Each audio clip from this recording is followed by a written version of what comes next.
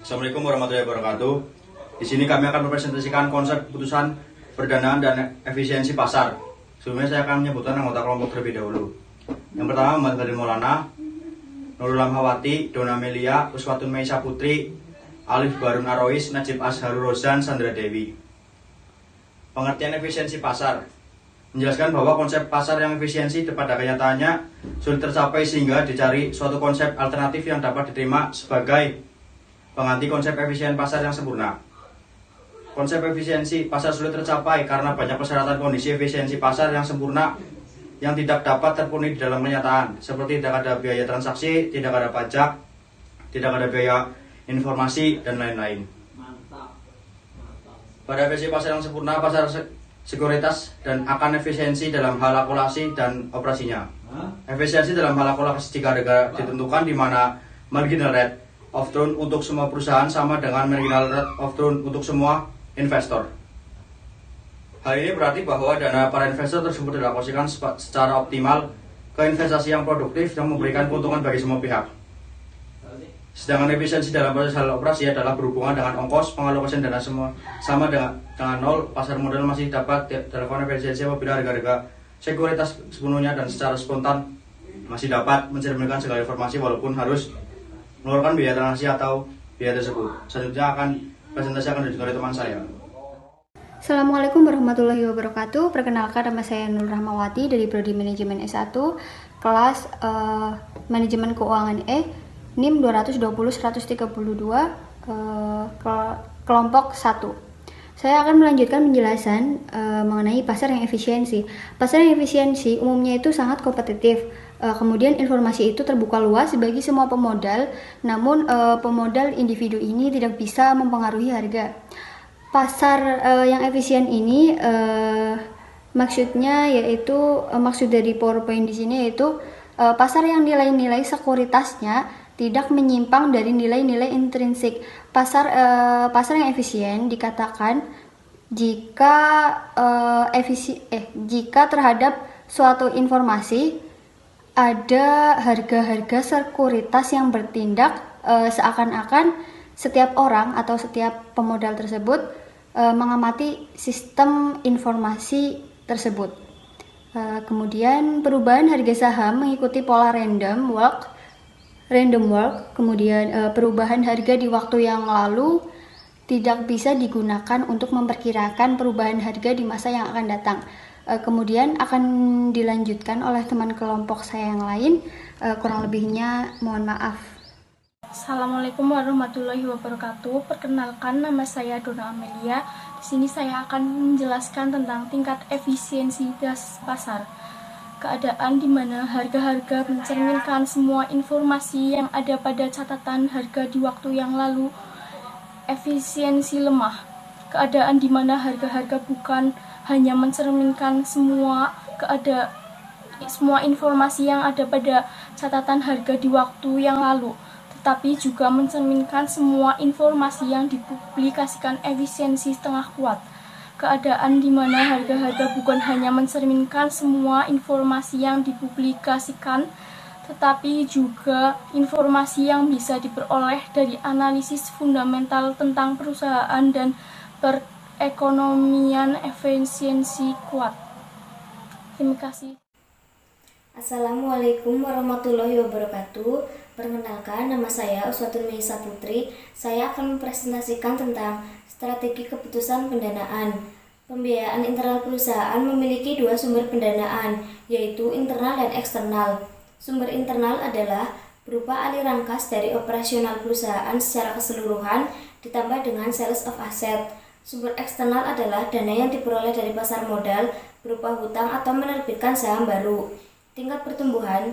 Jika tingkat pertumbuhan aktual perusahaan melebihi tingkat pertumbuhan estimasi, maka manajer keuangan akan dengan senang hati menggunakan kelebihan sumber dana untuk membayar hutang, meningkatkan dividen, meningkatkan investasi, atau menambah cadangan. Dividen polisi. Kebijakan dividen yang optimal bagi perusahaan adalah kebijakan yang menciptakan keseimbangan dividen saat ini dan pertumbuhan di masa mendatang yang memaksimumkan harga saham. Aset redeployment. Aset redeployment memungkinkan manajer untuk merubah pendanaan di antara proyek yang bersaing untuk memperoleh sumber pembiayaan. Demikian presentasi dari saya. Sekian, terima kasih. Selanjutnya adalah pasar efisiensi. Dugaan dari pasar efisiensi yang sempurna mempercayai pada berdasarkan beberapa asumsi. Yang paling utama dibagi menjadi 3. Yang pertama, tidak ada pajak atau biaya-biaya transaksi. Yang kedua, semua usaha peserta digunakan untuk memaksimalkan kegunaan. Yang ketiga adalah informasi bebas dan dengan seketika tersedia untuk semua peserta pasar. Selanjutnya akan disampaikan oleh teman saya. Bentuk-bentuk efisien pasar. Ada 3 bentuk efisien pasar. Yang pertama yaitu efisien pasar bentuk lemah. Yang kedua, efisien pasar bentuk setengah kuat. Dan yang ketiga yaitu efisien pasar bentuk kuat. Yang pertama yaitu pasar dikatakan efisien bentuk lemah atau biasa disebut weakly efficient market jika harga-harga dari sekuritas tercermin secara penuh informasi masa lalu. Informasi masa lalu ini merupakan informasi yang sudah terjadi. Yang kedua yaitu pasar dikatakan efisien setengah kuat atau biasa disebut semi-strongly efficient market jika harga-harga sekuritas secara penuh mencerminkan semua informasi yang dipublikasikan, termasuk informasi yang berada di laporan-laporan perusahaan emiten. Dan yang ketiga yaitu pasar dikatakan efisien dalam bentuk kuat, yaitu jika harga-harga sekuritas pasar dikatakan efisien dalam mencerminkan semua informasi yang tersedia. Jika pasar efisien dalam bentuk ini, maka tidak ada individual investor atau grup dari investor yang dapat memperoleh keuntungan tidak normal karena mempunyai informasi privat. Hubungan ketiganya, bentuk pasar efisien ini berupa tingkatan yang kumulatif, yaitu pasar efisien bentuk lemah merupakan bagian dari efisien bentuk setengah kuat, dan pasar efisien bentuk setengah kuat merupakan bagian dari bentuk kuat, tetapi tidak berlaku untuk sebaliknya. Terbentuknya pasar finansial. Pertama, alasan yang menyebabkan pasar menjadi efisien adalah penerima harga, yang berarti bahwa sebagai pelaku pasar, investor seorang diri tidak dapat mempengaruhi harga dari suatu sekuritas. Yang kedua yaitu alasan yang menyebabkan pasar menjadi tidak efisien. Terdapat sejumlah kecil pelaku pasar yang dapat mempengaruhi harga dari sekuritas. Harga dari informasi adalah mahal dan terdapat akses yang tidak seragam antara pelaku pasar yang satu dengan yang lainnya terhadap suatu informasi yang sama. Informasi yang disebarkan dapat diprediksi dengan baik oleh sebagian pelaku-pelaku pasar. Yang ketiga itu ada pengujian efisiensi. Ide dari pengujian pasar yang efisien dituangkan dalam hipotesis pasar efisien (HPE) atau efficient market hypothesis.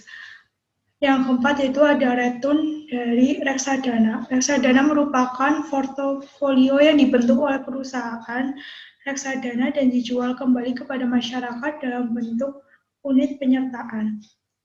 Yang kelima itu ada anomali pasar. Jones mendefinisi anomali pasar sebagai teknik atau strategi yang tampaknya bertentangan dengan pasar efisien.